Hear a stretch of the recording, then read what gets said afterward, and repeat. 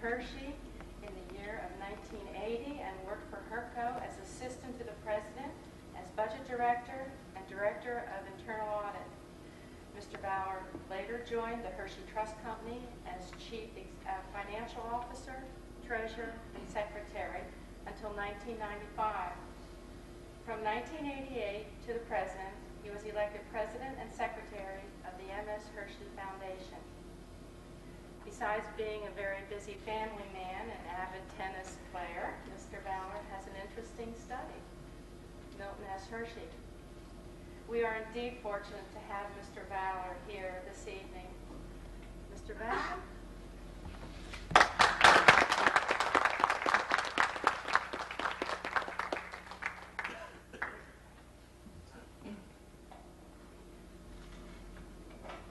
I'm going to try this for a minute without a microphone. If you can't hear me, speak up and I'll put it back on, but I prefer just to walk around a little bit. I give this talk about the history of Milton Hershey and this town fairly often, but I've never given it to the residents of this town. So you all ought to be able to catch me anytime I make a mistake. Most people can't do that. In fact, I've got some slides here. Most of the slides I have to take are of things like Chocolate Avenue and the kisses and all in the streetlights, because people just don't believe that that really exists. So at least with all of you, we won't do any of those things.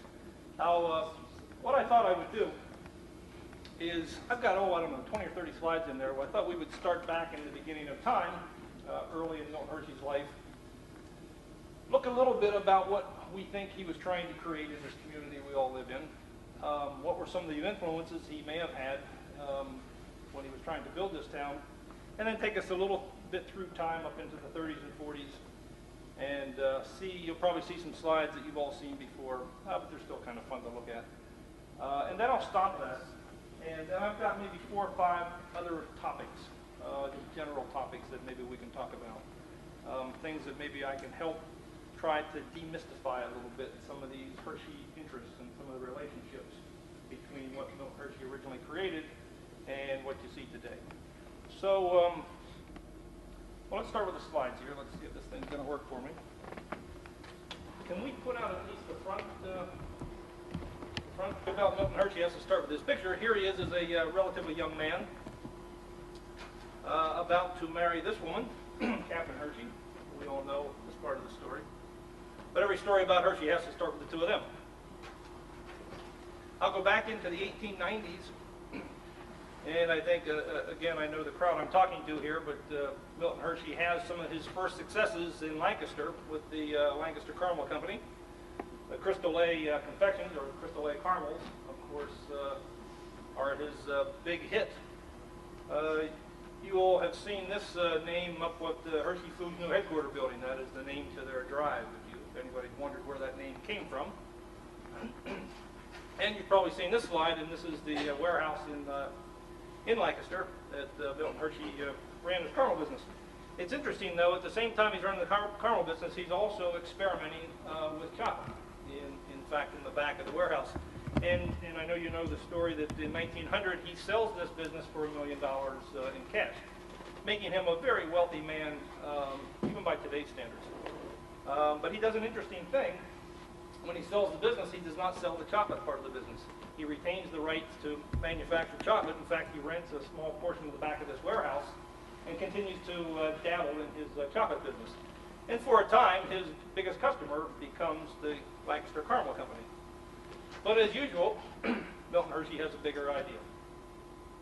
And he comes back to a place close to his birth, what is now known as Hershey, Pennsylvania, and begins to break ground for what will become the largest chocolate factory in the world. And of course, we all know the success he's had with chocolate. Puts milk in the chocolate, changes the taste a little bit, and mass produces it, and does essentially for chocolate what Henry Ford does for the automobile industry, and that is to make it affordable to the masses. And it becomes, fortunately for all of us, very, very successful. Here's just a shot of the relatively humble beginnings of the chocolate company. And of course, we all know in a very short period of time what it grows into. I always like to look at this. It's fun to see the evergreen trees out here on Chocolate Avenue and compared to what they look like today. But it's fascinating. The old Hershey cocoa goes way back, and that has been there quite a long time. People don't even, when I give this talk to Pittsburgh or down in Washington or something, they don't even believe that that still exists. But I have to show them current slides that that is really there. And fortunately for all of us, again, some of the very earliest products that he makes, the chocolate bar, the kisses, the miniatures, the crackle bar, are all products that are still very, very popular today. And so they have really stood the test of time, and it is quite amazing to me that 75, 85 years later, some of these products are still some of the best sold products in this country. Now Milton Hershey knows that he's got what will become the largest chocolate factory in the world, but you've got to look around and you know that he basically put this thing in the middle of nowhere. And so he knows he's going to begin to build a town around his factory. And so he's got a couple of examples that we think he is well aware of and is learning from. This is Bourneville, England. This is a model town, a company town, created by George Cadbury. And you've all heard of Cadbury chocolates. One interesting thing, George Cadbury was a Quaker and didn't believe in alcohol, of course. And so there are no bars or pubs or anything in his town. But the other thing he does, which is a little different than we suspect Milton Hershey learned from, is that nobody owned anything. He owns everything. So you as employees of his factory will simply lease these homes, these houses, these apartments from the landlord, from the owner, from the founder, whatever you want to call him. Additionally, we know that George Pullman creates up in Pullman, Illinois, another model town. And this one of the day, this is about the 1890 here. And this is a fairly famous place. And Milton Hershey goes to Chicago a lot. We know that, and would most likely have been to Pullman quite a bit. But the same thing is interesting here. Employees are not allowed ownership. And so everybody leases things off Pullman. That's quite different than what Milton Hershey does here. Early on, when he creates his model town of Hershey, people own things. They own houses. They build them. They get mortgages from initially a lot of places from the Hershey Trust Company. We know that. And this is just a shot of this is the library inside that arcade building we were just looking at. But again, I think Milton Hershey learned some very valuable lessons by some of these other model towns that were around during that day. And here, of course, is the layout of Pullman, Illinois. You can see where the housing is, the churches, where the actual factory is, over from the left-hand bottom corner, and then some athletic fields and et cetera.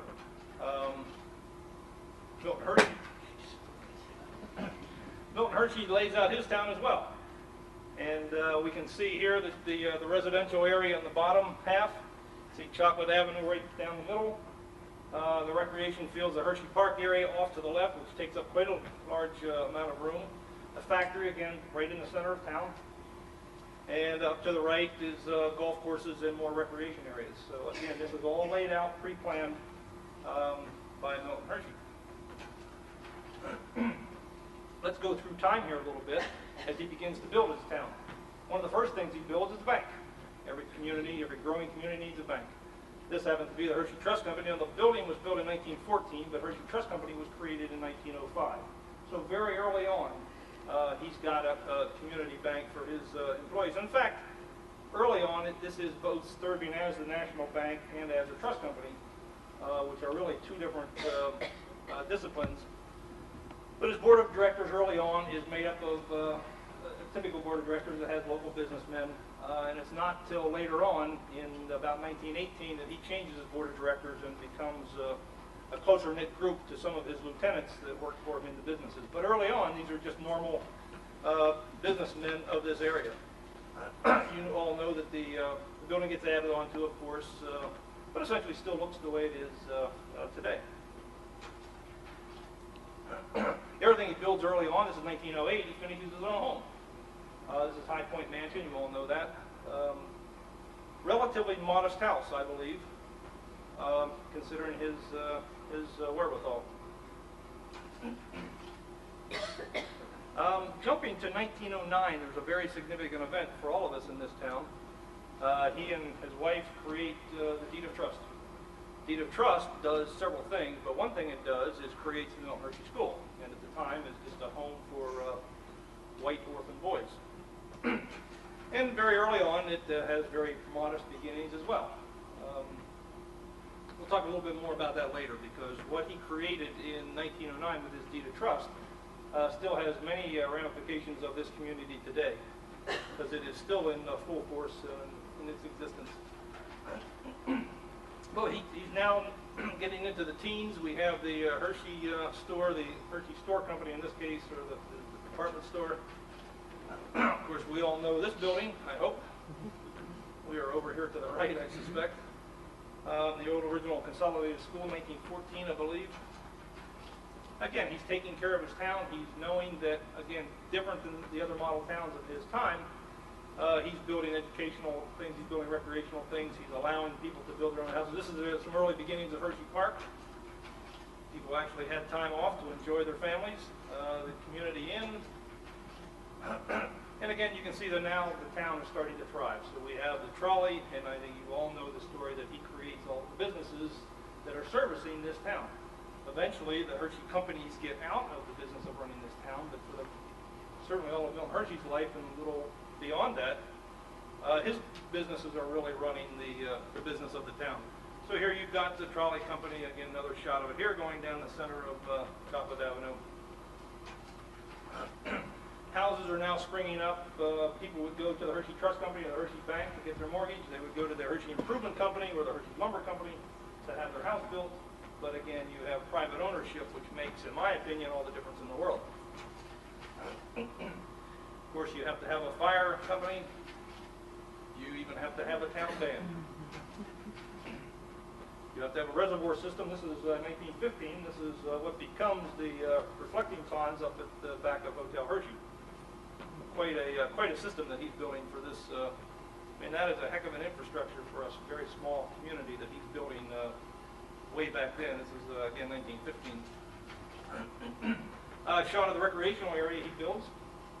You can see the original convention hall there down to the left, and I'll show you a better shot of the swimming pool. We all have seen these. Most of us have been to this pool. But quite a facility for a tiny little town of perhaps at this point 3,000 people. Another thing I think Milton Hershey does differently than some of these other model towns is that he recognizes the importance of tourism. This is 1915. He's actually putting postcards in candy bars to help sell not only the chocolate itself, but the town itself, which is quite different than what other people were doing in town. We all like to tell the story to people that don't know us very well, that the chocolate company never advertised until 1970. Well, that may be the case, but putting these in chocolate bars is a little like advertising to me. And these are just some other examples very early on. Again, you can see he's showing off the Hershey cocoa in the very bottom shot there in front of the factory.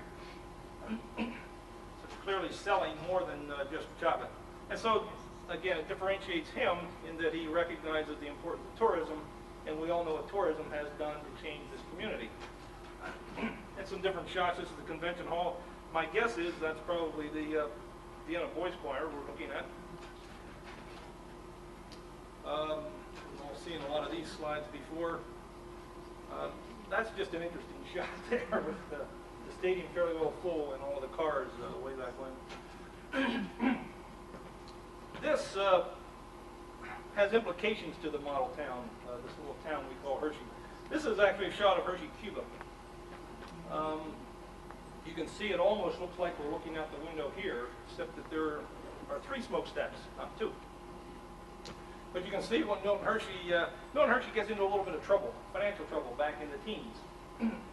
He's buying sugar on forward contracts, as we call them today, or on margin, and sugar becomes quite scarce around World War I. The price plummets, and Milton Hershey gets himself in a little bit of financial trouble. And in fact, Citibank has to go in and bail out the company. They not only bail out the company by giving them loans, they also put somebody on the board of directors of the chocolate company, which Milton Hershey does not like.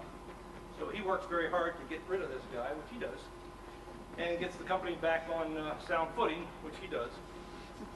But instead of playing that sugar game again, he goes down to Cuba and buys up a lot of plantations, as much as 60,000 acres, and he basically gets himself into the sugar business. And so he's got control of his milk from this area. We know he's got thousands of acres of dairy farms. Now he can control his sugar, so the only thing he's got to buy in the open market is the third ingredient, cocoa. So again, pretty shrewd businessman to take care of this. But in Cuba, it's interesting, he does similar things there as he does here. He builds infrastructure, he builds schools, he's got an orphanage down there. Many of the same things that he built in this town, he builds there. And in fact, in some points in time, this is a larger operation than we have here in Hershey. And we know he spends a lot of his time down there. Now, fortunately, he sold the Cuban enterprises about the time of his death, 1945, 1946. Proceeds, or a lot of the profits that are coming out of Cuba, are what built this town. You all talk about the building area of the early 1930s. Where's a lot of money come from? A lot of it comes from Cuba. Well, we'll just take a look at some of these. The Hotel Hershey, and I can't knock off the years here, but we're in the early 1930s with all these buildings. The community center, the famous windowless office, and the arena. Senior hall up in the hill for Milton Hershey School, built about the same time. And that gets us back to, again, what is I think, in my opinion, the legacy of Milton Hershey is this Milton Hershey School. It's funny, I'll tell you a story about this. I'm just about out of slides here, so you recall we have a postage stamp of Milton Hershey. You all know that. And when the time came, we were trying to pick the picture that we would use for the stamp. So we used an early picture, a later picture. So we started with this picture. And so we had the artist, or the computer people from the post office, take this picture. Of course, we didn't want his hat on. So they tried to do this picture, had to carve off the boy, carve off Mr. Hershey right about midway through his tie, and then take his hat off, put his hair back on, and try to make that a good portrait for the postage stamp that we eventually put together. So that, if you take a look at the postage stamp in that picture, you'll see quite a similarity to that. Another interesting thing about the postage stamp is that when the post office first did it, they gave us the renderings. You see on the left-hand side it says Milton Hershey in his picture. On the right-hand side it says something else that tries to describe who he was. They originally put industrialist, which would have been descriptive. I mean, certainly he was. He was one of the best industrialists of the 1900s. But we had them change that. We thought philanthropist was a much more appropriate term for this man, more so than industrialist. So that's what you see today on the postage stamp. Unfortunately, I guess within another year or so, they're going to raise it a cent, and so we won't have as many of those around anymore. But it's been quite nice while we've had them. That's all the slides I have really on history. Again, you know most of that story. Let me just jump forward a little bit and try to explain a couple of things that have happened to this community since then, at least from my perspective, and try to tell you maybe a little insight as to why I think they happened. One of the biggest events to happen in this community was when the board of directors of the Hershey Trust Company, trustees of this very large Milton Hershey School Trust, decided in 1963 that there was frankly more money in the trust than was needed for the purposes of Milton Hershey School. And so there was some concern that somebody like the IRS might come in here and take some of that money. So what they did, under a doctrine of Cypre, which means as close to the original intent as possible, they went to the courts and asked the courts to take $50 million and create something similar to Milton Hershey's intent. We know Milton Hershey's intent was a school, an orphanage here in Derry Township. So they went to the courts and said, we'd like to build something here in Derry Township, and in this case, a medical college where we teach doctors. Also happened to have a hospital with it, so they gave $15 million to Penn State, and they built the Milton Hershey Medical Center. Again, the close intent was that it had to be there had to be a teaching college here, an educational institution in Derry Township, and that still exists today, of course. But it, in my opinion, changed the face of this community. I mean, we now have something like 6,000 employees at the medical center, and so the town, which was once dominated by factory workers, perhaps, now we've got 5,000 or 6,000 employees working in that place. And that picture is a couple of years old. That would be even a much larger building if we took it today. But I think that's an event that really changed the face of this community. I suspect it also changed the real estate prices of this community. I suspect we all know that the real estate prices in this community are, what, 20% higher than they are in surrounding communities as we go closer to Harrisburg and others. This may be one of the reasons why. Let me jump back to, let me turn this off. Can we have the lights back on? Talk about some things that I think Milton Hershey did. Some pretty neat things. When he creates the deed of trust, the document that creates the Milton Hershey School in 1909.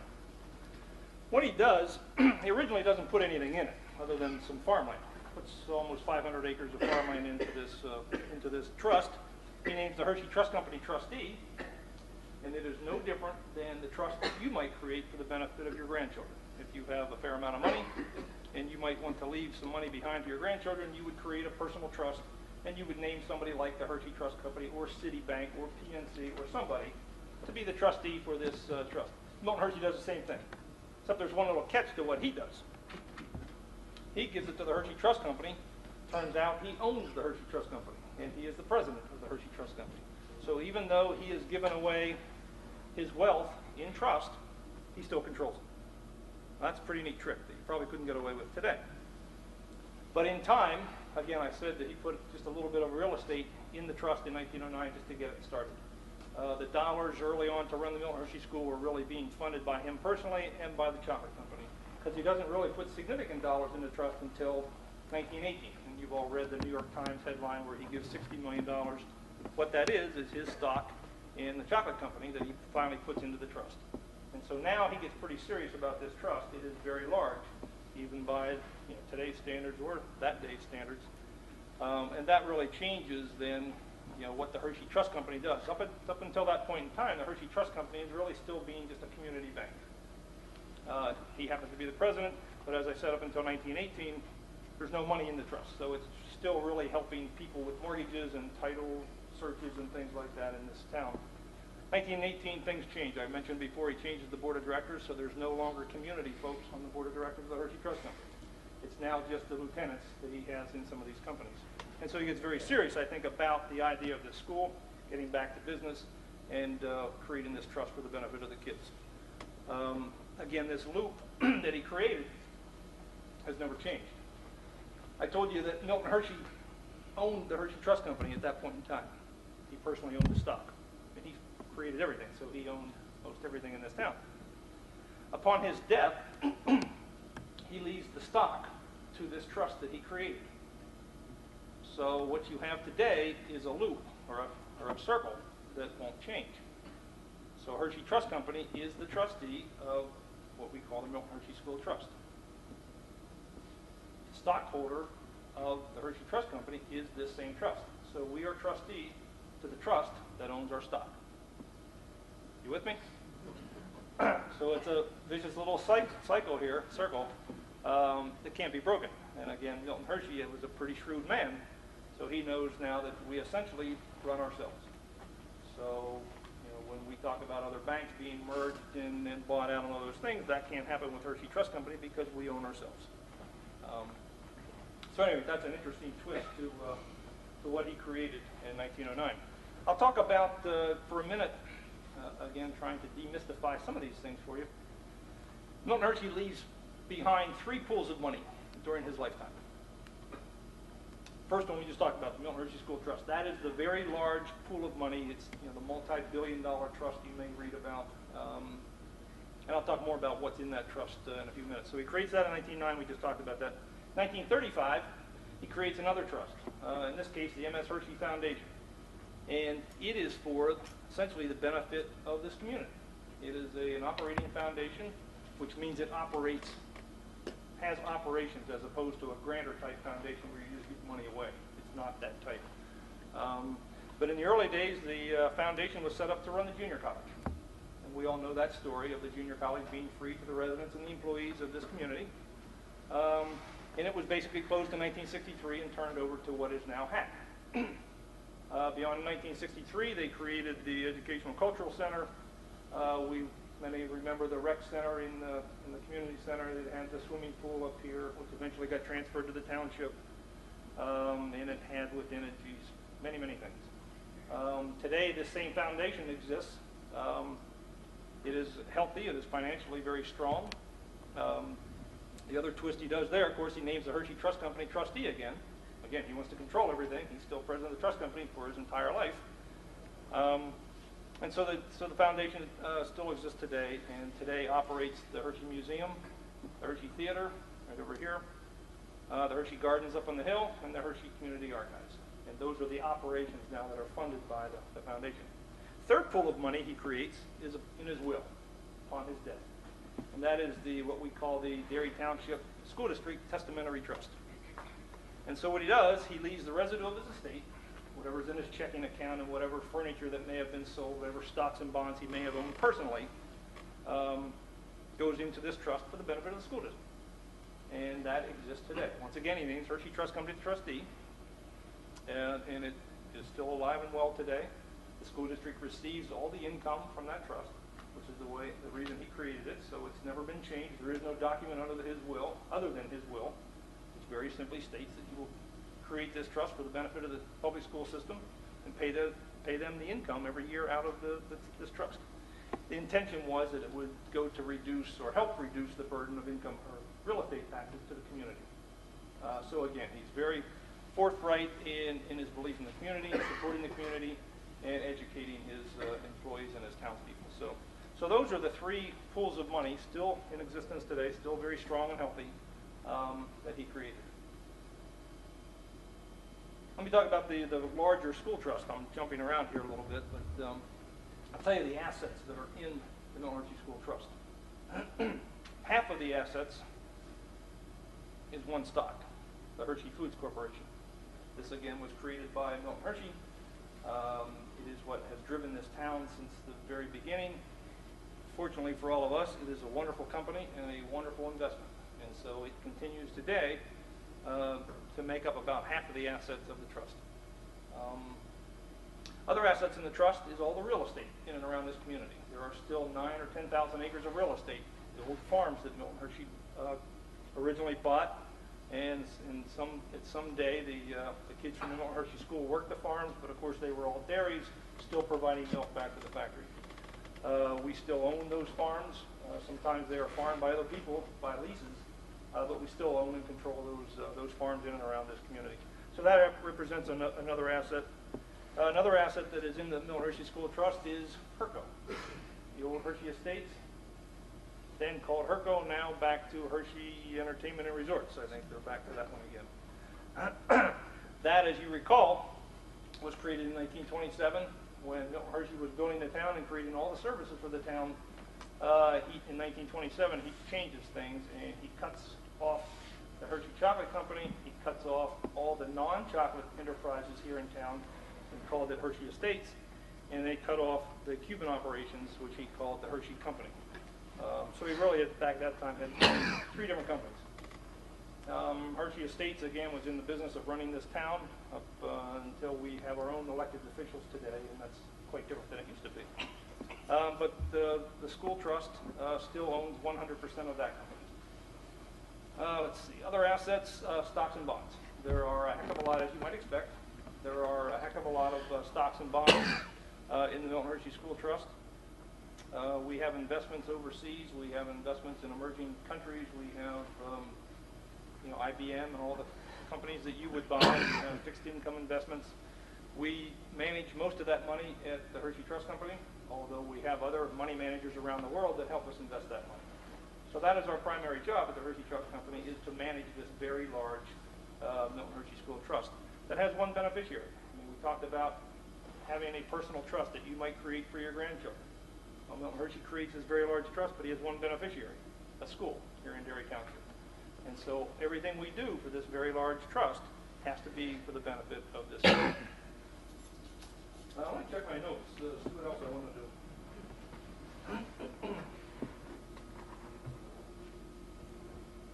do. Just one other thing. He pulled an interesting trick on us here at the Hershey Trust Company, I think. He named us trustee to this very large, multi-billion-dollar Milton Hershey School Trust. He named us trustee to this MS Hershey Foundation, which has many millions of dollars in it. But normally trustees get paid for what they do. But in his documents, again, he wrote one in 1909, one in 1935, he wrote that the Hershey Trust Company will receive a fee of 5% of the income of the trust, not to exceed $1,000. That's a bit of a problem. And that has never changed. And as president of the trust company, I'm not going to be the first one to try to change it. What I think, and I'm only guessing, what I think he was doing when he said that in his document was he was saying to the board of directors of the Hershey Trust Company and the management that he wanted these funds that he put in trust to go for that philanthropic efforts that he was intending to help and not feed back to the business of the Hershey Trust Company. And so what that also, I think what he's also saying that is he expects the people that run the Hershey Trust Company to be good enough business people to find their own means to pay the light bills and the salaries and whatever it takes to do the services he intended without pulling money out of these very large philanthropic trusts. So today we have another business at the Hershey Trust Company, which is still it's the trust business. It is, we have many individuals as trust clients, and we manage money for them, just like we manage money for the very large school trust. But we still take a whopping $1,000 fee for this very large trust that we manage and all the real estate and all the stuff that goes on. He was a smart man. He was a very bright guy. He was a very shrewd man. Very foresightful. I mean, it's just I never get tired of talking about Milton Hershey or this town. It's just different. I've never talked about this town to people that live here, so this is a little different for me. But you should have known him. Yeah, well, you know, there have been many times I wish I did. There have been many times I wish I could go back and say, what would you have done here? Because we all know he didn't write much. We have this deed of trust that tells us what to do with that pool of money. We have a foundation document that tells us what to do with that money. And of course, in his will, it's only 2 lines in his will that tells us what to do to leave money behind for the school district. Anytime there are problems that arise or clarification issues, that's all we have. So what we tried to do, what it's our job to do, is to try to go back and learn what happened during his lifetime. And to the extent we can ascertain his intent by actions that he did during his lifetime, we can begin to try to understand what it is he wanted to accomplish by creating these pools of money. That's very subjective. We work pretty hard at trying to do that, but I wish I'd met him. I wish I could call him on the phone. How would you like us to handle this? Wish I could do that all the time. At any rate, that's all the remarks I was thinking about talking about. Any questions I'd be happy to try to clear up or provide a little insight to if I can. Any issues? Yes. What percentage of outstanding stock does the trust own? Of the chocolate company? Of the food company? The food company, right. We own about 35% of the outstanding stock, but there is what they call an AB situation. There are some shares that are worth 1 vote, and there are some shares that are worth 10 votes. And so we don't own very many of the shares that have 1 vote, but we own almost all of the shares that have 10 votes. And so when you add all that up, we own 76% of the voting control of the company and about 35% of the actual control of the company. Pretty neat arrangement that was done back in the early 80s that allowed us to remain in control of the company, which we fully intend to do. And fortunately for us, it's been a wonderful investment. Yes? The junior college was financed by a trust? Well, let me tell you about that. Yeah. Oh, okay. The junior college was it resided within the MS Hershey Foundation, the one that now has the museum, the gardens, and others. But the MS Hershey Foundation didn't begin to have the wherewithal to pay for a junior college. So the actual funding was really coming out of the chocolate company. And so if you go back and look at the old records, you're seeing the chocolate company, almost monthly making donations to the foundation. The foundation then is turning around and paying the bills of the junior college. And in fact, it even gets more complicated than that because the head of the junior college for a time actually reported to the superintendent of the public school system. So the checks went through the foundation to the public school system, then back to the college. Rather complex, but... Is there still money going to the HAC? Oh, heavens no. No? I Never mean, was. No, when I said it got transferred, essentially what got transferred was the program. There was no money transferred to hack or anything like that. And then, of course, the community center building got converted and used for other things that we all, many of us here probably participated in. But yeah, there's no money ever transferred to hack. Right? But the students from Derry Township still get a percentage off on their tuition, don't they, by going to hack? Boy, I'm not aware. That's because we pay taxes. Cooperating township. Oh, Yeah, taxes. yeah, right. It's like any other township would. Right. But nothing special that I'm aware of. Yes. Getting back to this 1963, the $50 million. Yes. Could that happen again? What was that question? She's asking the $50 million that was given to Penn State in 1963. Could that ever happen again? Is it possible? You have money, you don't know what to do with. No, you read an article just last week in the newspaper. Right. That we're trying to find more things to do to help needy children with the wealth that's in the trust. So we are trying to do that. So that we won't Doesn't give it away to somebody. Yes. So we won't give it. Yeah, I think. I mean, I'll just give my own personal reaction to that, and that is when you've got a trust that was created for a purpose, for an intended purpose, and this one clearly was. And we've been fortunate enough that the assets grow beyond the original needs, let's say. It seems to me we've got a responsibility to use more of those funds to help more needy children. I mean, just that simple. And that's what we're trying to do. And so we won't be looking for ways to give it away or to find Is there a somebody to need give it in to. Derry Township? Excuse me? Is there a need in Derry Township? Well, I think there's a for need all needy- over this country to help needy children. Oh, I know there is. Yeah. I wondered. Yes. How much money goes to public schools from the public school fund? Is there an average? Really not. It's a little more than $1 million a year. Goes to public school. Yes. So that That we can all, be used- so that our income tax or our real estate taxes are not quite as high as they would be. That was Milton Hershey's intention. Oh, now I can't answer that question. I heard that one. I can't. What was the question? Are you able to say more about the assets of the Milton Hershey School? I would, as far as what else can I? Well, just, we always hear that the assets are more than they can spend and things like that, which I just wondered. Well, we don't spend the assets themselves. The assets we try to grow. What we spend is the income off the assets. So to the extent we can make these grow, the income grows through the years. So what we actually spend is the income that's produced. All of it? No, not today. And we don't spend it. And if we don't spend it all, we just Spend part of we reinvest it. Right. And that's one of the reasons this doggone trust is as big as it is. What's the current value? $5 billion plus. Jesus. It's a big number. Huge They number. could fix a trade deficit, couldn't they? Yes. Tell me why the community center was taken away from the community and turned over to, is it Hershey Foods had it? The community building, community center building, Where the foundation library- never owned that building.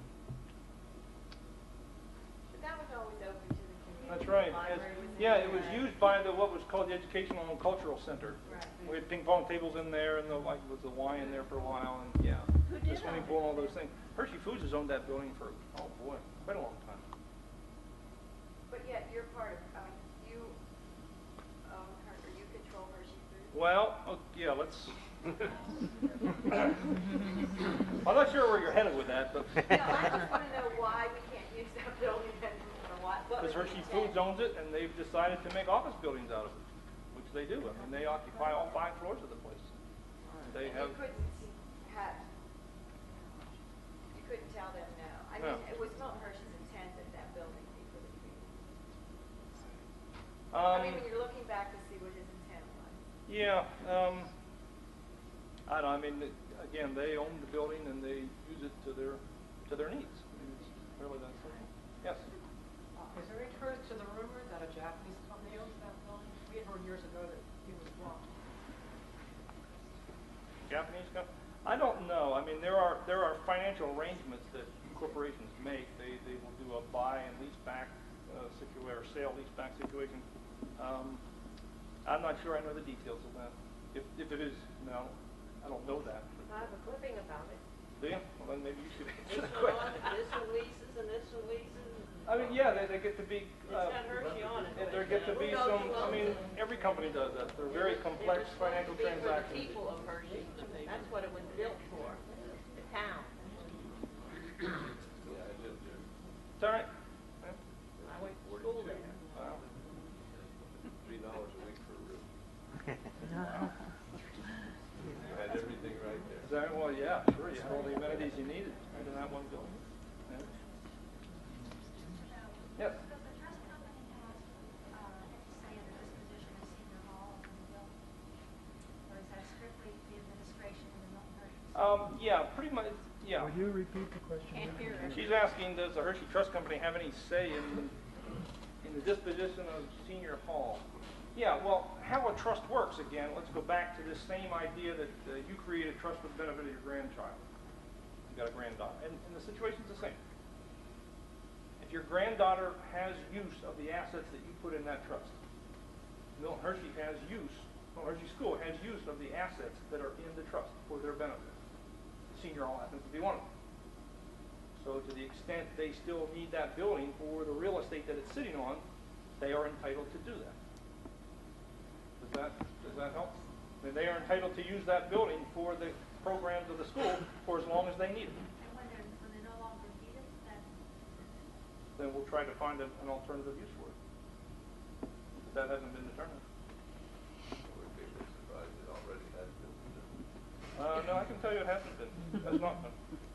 There's a committee set up, isn't That's right. Yeah. Yes. As you think about the life and work of Milton Hershey, granting his genius and his skill and hard work, etc., Yes. can you think of maybe one or two fortunate things that happened for him that were not of his making? Just, he was lucky, so to speak, things happened or that benefited his business?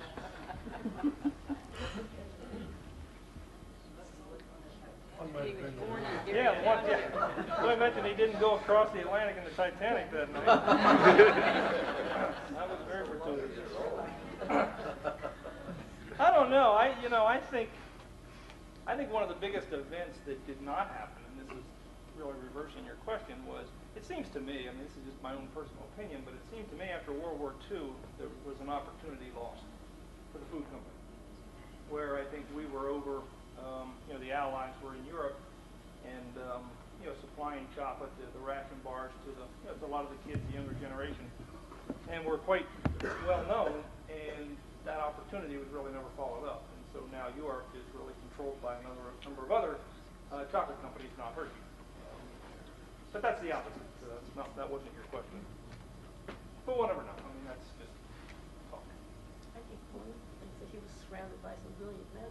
I would not debate that for a second. The good thing that happened to him was that he's not the right. Well, he had very good people working for him. There's no question about that. They would not, and tremendously loyal. Some of the things that they put in place to control, what they did, just like this loop I talked about with the trust company and the trust and all of that, and the real estate and all.